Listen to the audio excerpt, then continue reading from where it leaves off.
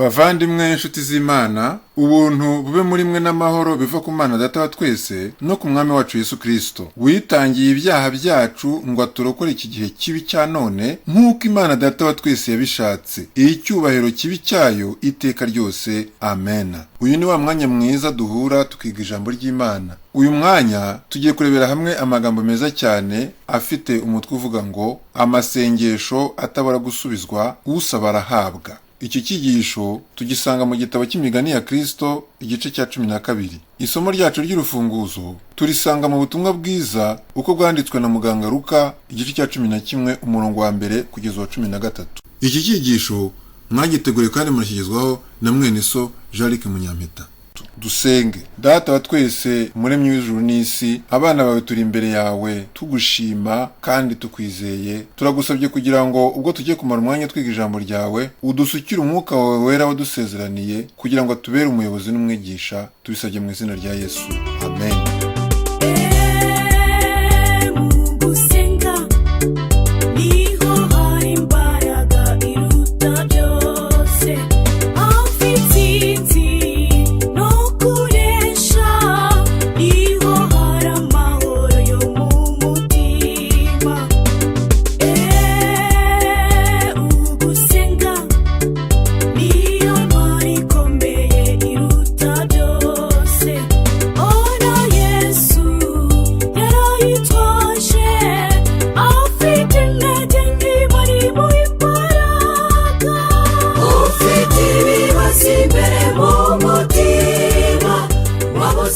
Nuko ari ahantu hamwe asenga, arangije umwe mu bigishwa be aramubwira ati, Databuja, twigishe gusenga nk'uko Yohana yigishije abigishwa be. Arababwira ati, nimusenga mujye muvuga muti, Data wa twese uri mu ijuru, izina ryawe ryubahwe, ubwami bwawe buze, ibyo ushaka bibeho mu isi nk'uko bibeho mu ijuru. Uduhe none ibyo kurya byacu by'uyu munsi, uduharire imyenda yacu nk'uko natwe twahariye abari mu imyenda yacu, ntuduhane mu bitwoshya, ahubwo dukize umubi, kuko ubwami n'ubushobozi n'icyubahiro ari ibyawe none n'iteka ryose. Amen. Nanjye ndababwira nti, musabe muzahabwa, mushake muzabona, mukomange ku rugi muzakingurirwa. Kuko umuntu wese usaba ahabwa, ushatse abona, n'ukomanga akingurirwa. Mbese ninde muri mwe ufite umwana yamusaba umutsima akamuha ibuye, cyangwa ifi akamuha inzoka? Kristo ntiyikundaga, ahubwo mu mibereho ye yose ku isi yazirikanaga abandi akanabasabira. Buri gitondo yagiraga igihe cyo gushyikirana n'Imana kugira ngo abashe gukwiza umucyo wo mu ijuru mu bantu. Umutima we n'iminwa ye byasesekaragamo ubuntu n'imigisha ku bavuganaga nawe. Umwami Imana impaye ururimi rw'abigishijwe kugira ngo menye gukomeresha urushya amagambo. Inkangura uko bukeye, ikangurira ugutwi kwanjye kumva nk'abantu bigishijwe. Yesaya igice cya 50 umurongo wa 4. Umunsi umwe abigishwa ba Yesu basanze asenga aranguruye ijwi, maze imitima yabo iranyurwa. Nuko arangije baratangara bati, Mwami, twigishe gusenga. Igisubizo cye nuko yasubiye mu isengesho ry'Umwami wacu, nk'uko yarabigishirije ku musozi w'umugisha. Maze mu mugani abasobanurira icyigisho yashakaga kubagezaho ati, ninde muri mwe ufite inshuti wayisanga mu gicuku akayibwira ati, mugenzi wanjye nzimanira imitsima 3, kuko inshuti yanjye impingutseho ivuye mu rugendo, none nkaba ntafite icyo nyizimanira. Uwo mu nzu akamusubiza ati, windushya namaze kugarira, ndaryamye n'abana banjye nabo nuko, sinshoboye kubyuka ngo nyiguhe. Ndababwira yuko nubwo atabyukijwe no kuyimuhera kwa inshuti ye, ariko kuko mutitirije biramubyutsa muhe ibyo ashaka byose. Uwo muntu umusaba ashobora kumugarukaho kenshi. Ibyo biterwa nuko akeneye umutsima. Umushyitsi we arananiwe kandi arashonje, akeneye gufungura. Amaherezo arahabwa icyo akeneye, ataha anezerewe. Bavandimwe, ahangaha biratwereka yuko gusaba utitirije ari ngombwa, kandi iyo umuntu asaba afite icyo akeneye koko aratitiriza kujya imbere y'Imana inshuro nyinshi zishoboka ukayinginga. Nimwibuke umugaragu w'Imana Daniel, yasengaga 3 ku munsi, maze Imana ikamwumva ikanezezwa n'amasengesho ye.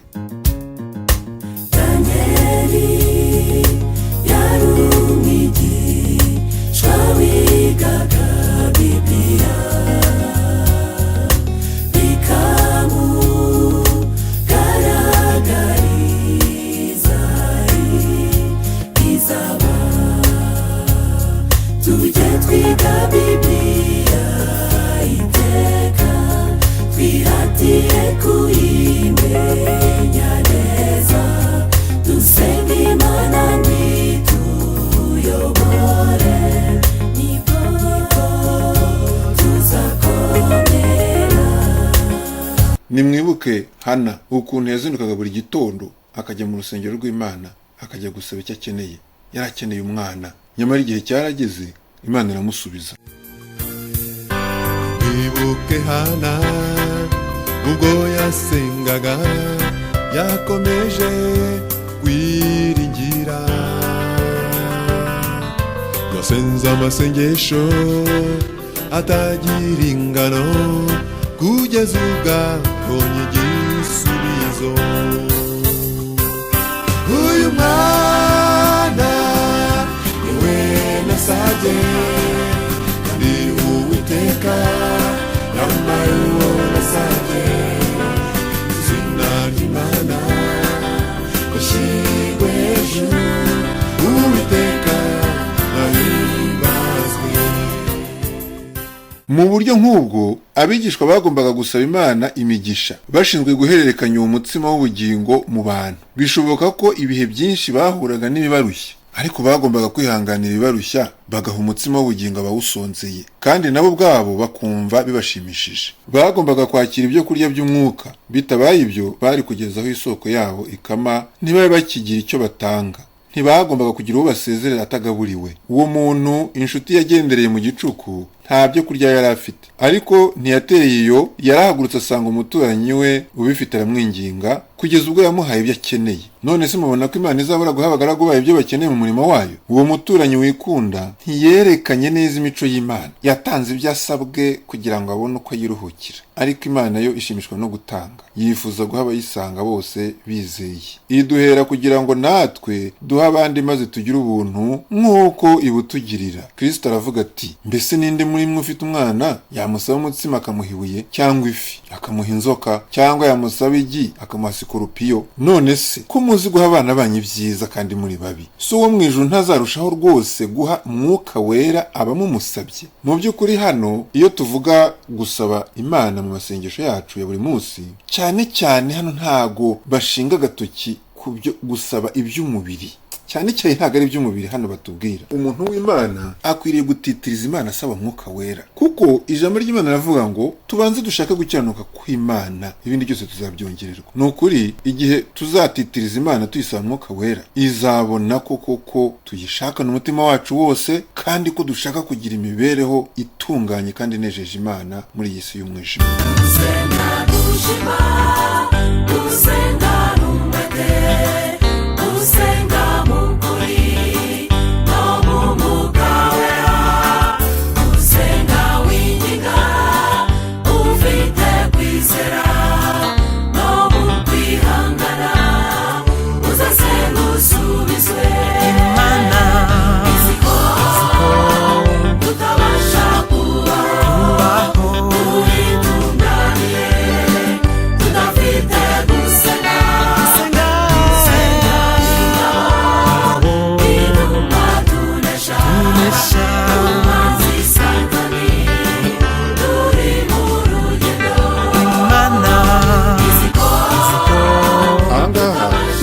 Gutekereza igitangaza Imana yakoreye umugaragu wayo Petero ubwo umwami Herode yari yamufunze kugira ngo amwice. Abitorero bakomeje kumusabira bafite umwete mwinshi. Reka dusome mu byakozwe n'intumwa igice cya 12 umurongo wa mbere. Nuko muri icyo gihe umwami Herode afata abo mu itorero bamwe kubagirira nabi, yicisha Yakobo inkota mwene se wa Yohana. Abonye ko anejeje abayuda, ariyongeza afata na Petero. Icyo gihe hari mu minsi y'imitsima idasembuwe. Amaze kumufata amushyira mu nzu y'imbohe, amuha abasirikare 16 kumurinda, bane agira ngo azamushyire abantu Pasika ishize. Nuko Petero arindirwa mu nzu y'imbohe, ariko abitorero bagira umwete wo kumusabira ku Mana. Haleluya. Abagize itorero rya mbere bari bafite umuco wo gusabirana, kandi gusabirana biva ku rukundo. Ntabwo ushobora gusabira mwene so utamukunze. Niyo mpamvu dukwiye kugira urukundo kugira ngo dusabire bene data. Herode araye bumusohore iryo joro Petero yarasinziriye hagati y'abasirikare babiri, abaheshejwe iminyururu 2. Abarinzi nabo bari ku rugi barinda inzu y'imbohe. Nuko marayika w'Umwami Imana ahagararaho, umucyo waka mu nzu. Marayika akoma Petero mu mbavu aramukangura ati, byuka n'ingoga. iminyururu imuva ku maboko iragwa. Marayika aramubwira ati kenyera ukwete inkweto zawe. Abigenza atyo. Arongera aramubwira ati wifubike umwitero wawe unkurikire. Arasohoka aramukurikira, ariko ntiyamenye ibyo marayika akoze ko ari by'ukuri, ahubwo agira ngo abirose mu nzozi. Banyuze ku barinzi ba mbere no ku wa kabiri, bagera ku irembo rikingishijwe urugi rw'icyuma rijya mu murwa. Rurabikingurira ubwarwo, barasohoka banyura inzira imwe. Uwo mwanya marayika amusigaho. Ahangaha murabona ko isengesho ari ikintu gikomeye. Isengesho ryafunguye imiryango y'igihome, maze Petero umuntu w'Imana asohoka yemye. Ni ukuvuga ngo dusenze dufite kwizera n'imiryango y'ibihome irafunguka mu izina rya Yesu. agira ngo azamwice Pasika ishize. Imana ireba ingorane zacu, ntitugacike intege mu gusabisana. Imbaraga zayo zirenze iz'umwijima, iyo igihe kigeze Imana irakora. Reka dusome mu bwa mbere rw'Abami igice cya 3 umurongo wa 4. Twongere twiyibutse uburyo Salomo yasenze neza maze bikanezeza Imana, Imana ikamuha icyo asabye. Bukeye umwami ajya i Gibeyoni gutambirayo, kuko ariho akanunga karusha utundi cyubahiro kabaga. Nuko Salomo atambirayo ibitambo byoswa 1000. Salomo akiri i Gibeyoni, Uwiteka amubonekera mu nzozi nijoro. Imana iramubaza iti nsaba icyo ushaka nkiguhe. Salomo aravuga ati wagiriye data Dawidi ineza nyinshi, kuko yagendanaga ukuri no gukiranuka imbere yawe, agutungane mu mutima we. Kandi wamugeneye kumugirira iyi neza ikomeye, umuha umwana we ngo yicare ku ntebe y'ubwami bwe, nk'uko biri none. Nuko none Uwiteka Mana yanjye, wimitse umugaragu wawe mu cyimbo cya data Dawidi, ariko ndi umwana muto, sinzi iyo biva n'iyo bijya. Kandi umugaragu wawe ndi hagati y'abantu bawe watoranije, b'ubwoko bukomeye butabarika. Nuko rero uha umugaragu wawe umutima ujijutse, ngo nshobore gucira abantu bawe imanza, kugira ngo menye gutandukanya ibyiza n'ibibi. Mbese ninde washobora gucira ubu bwoko bwawe bukomeye imanza? Maze ayo magambo anezeza Uwiteka, kuko ariyo Salomo yamusabye. Imana ihera kwibwira Salomo iti kuko ibyo ari byo usabye, ukaba udasabye kurama, ntusabe n'ubutunzi cyangwa ko abanzi bawe bapfa, ahubwo ukisabira ubwenge bwo kumenya guca imanza zitabera, nuko nkugiye uko unsabye.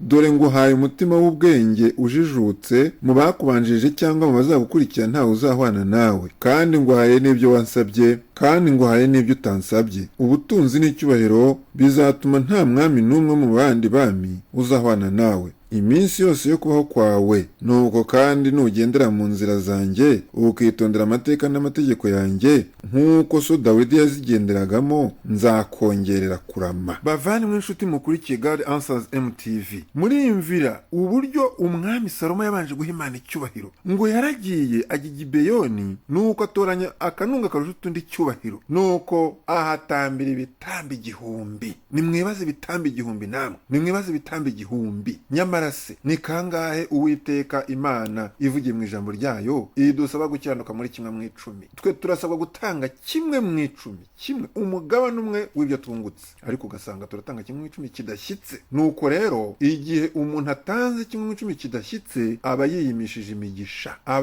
imigisha, nukuri ngewe namaze gusobanukirwa nuko 1/10 gishyitse kiza n'imigisha. Nukuri nimureke twisubireho, umuntu wese wajya agatanga 1/10 kidashyitse namenye ko arimo kwiyimisha imigisha. Zirikana ko Salomo yatambye ibitambo 1000. Ahari wavuga uti nuko yari umukire. Oya, yabitewe n'urukundo akunda Imana, maze Imana birayinezeza, n'injoro aryamye iramubonekera, iramubwira iti nsaba icyo ushaka. Maze Salomo nawe ayobowe n'umwuka w'Imana asaba Imana ikintu cyanejeje Imana, ayisaba ubwenge. Maze ayo magambo anezeza Uwiteka. Imana ihera kwibwira Salomo iti kuko ibyo ari byo usabye, ukaba udasabye kurama, ntusabe n'ubutunzi cyangwa ko abanzi bawe bapfa, ahubwo ukisabira ubwenge bwo kumenya guca imanza zitabera, nuko nkugiriye uko unsabye. Dore nguhaye umutima w'ubwenge ujijutse, mu bakubanjije cyangwa mu bazagukurikira ntawe uzahwana nawe. Haleluya. Kandi nguhaye n'ibyo utansabye. Ubutunzi n'icyubahiro bizatuma nta mwami n'umwe wo mu bandi bami uzahwana nawe iminsi yose yo kubaho kwawe. ngaho rero umuntu arajya imbere y'Imana, arayisaba kurangiza amashuri, arayisaba akazi karuta ko afite, arayisaba gukira indwara, arayisaba n'ibindi byinshi cyane, arayisaba inzu, arayisaba imodoka, nyamara ugenzuye neza atarigeze acyanuka muri 1/10 akiranutse. Erega iyo utanze 1/10 udakiranutse, abakuru b'itorero ntibabimenya na pasitoro ntabimenya, ariko Imana yaguhaye imigisha irabimenya. Urugero rwa Ananiya na Safira ni urugero rukomeye cyane dukwiye kwigiraho. Ananiya na Safira bajya inama yo kubeshya izindi ntumwa, nuko ntago byatinze bahise babona ingaruka, kandi ingaruka mbi, ingaruka z'urupfu zivuye mu kubeshya, mu gutanga ibidashyitse. Umuntu akajya mu iteraniro ry'abana b'Imana maze agahanika ijwi akaririmba ati: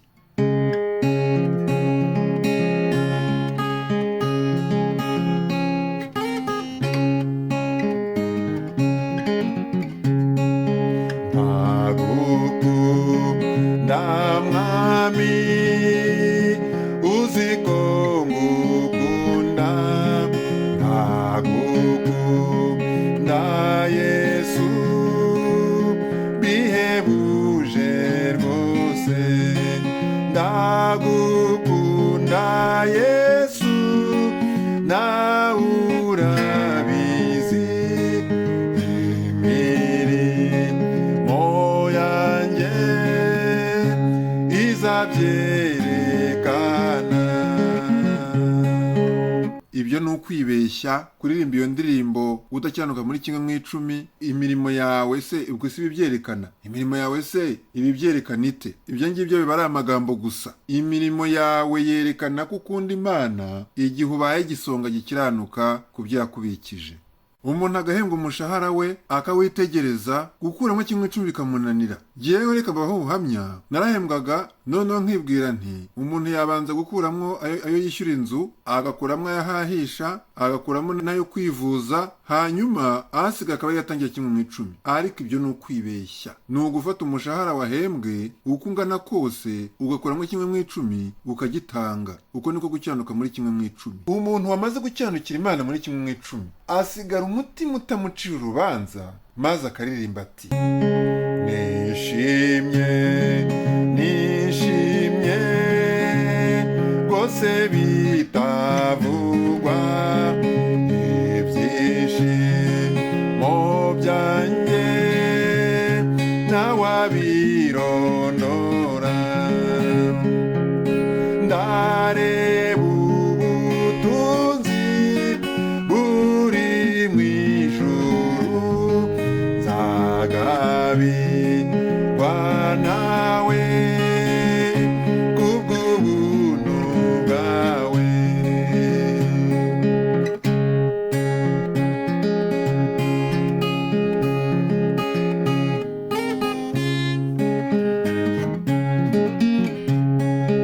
Yesu mwami wanjye niwe nkesha byose, arugucungurwa ari n'ubugingo, nzakogeza iteka muririmbire, kuko ubuntu bwawe bwandemye umutima.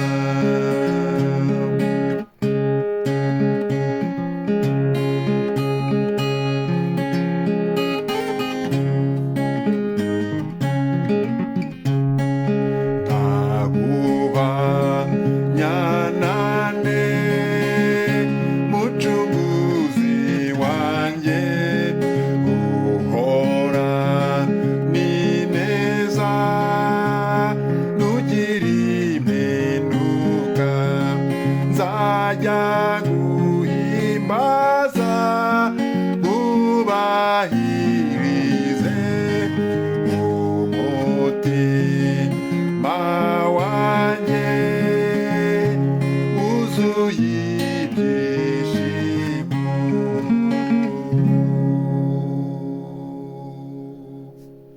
nshuti z'Imana, erega gutanga icya cumi ntabwo aribyo byerekana ko umuntu ari igisonga gikiranuka gusa, ahubwo iyi ndirimbo umuntu uvuye gusambana, uvuye kugambana no kubeshya no kuvuga amagambo n'inkuru mbi akaza nawe agahanika n'abandi akaririmba iyi ndirimbo, ibyo nabyo birababaje. Bagenzi, mujye mureka twisuzume igihe tunaririmba n'amagambo yera ari mu ndirimbo zahimbwe n'abana b'Imana bayobowe n'Umwuka Wera. Tujye tubanza twisuzume, maze nidusanga dutsindwa, Imana nyir'ubuntu n'imbabazi izatubabarira. Ariko nitugaragaza umutima wicisha bugufi, tukiyiriza ubusa no gusenga nk'uko abakera babikoraga. Abakera bo iyo byagaragaraga ko batsinzwe n'icyaha iki n'iki, mwibuke abo mu gihe cya Yona abininiwe bamaze kumva ubutumwa bwa Yona, umwami yategetse abaturage b'Ininiwe abategeka kwiyiriza ubusa no kwambara ibigunira no kwisiga umukungugu. Uwiteka rero ureba umutima wicisha bugufi ngo ntazawusuzugura, yarabababariye ntiyabarimbura.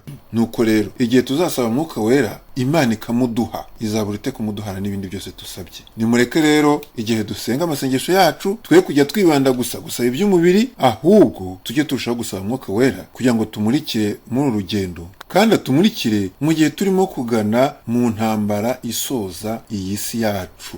Nshuti z'umusaraba, mu gihe dusoza iki cyigisho cyacu, mureke tuzirikane yuko igihe dusenga dukwiriye gusaba Umwuka Wera kugira ngo ayobore intambwe zacu, ayobore imibereho yacu, kandi arusheho kutugira inama zo gukora ibyo gukiranuka, maze Yesu Kristo ubwo agiye kugaruka azaduha ikamba ry'ubugingo. Nibyo mbasabira, nanjye nisabira mu izina rya Yesu. Amen.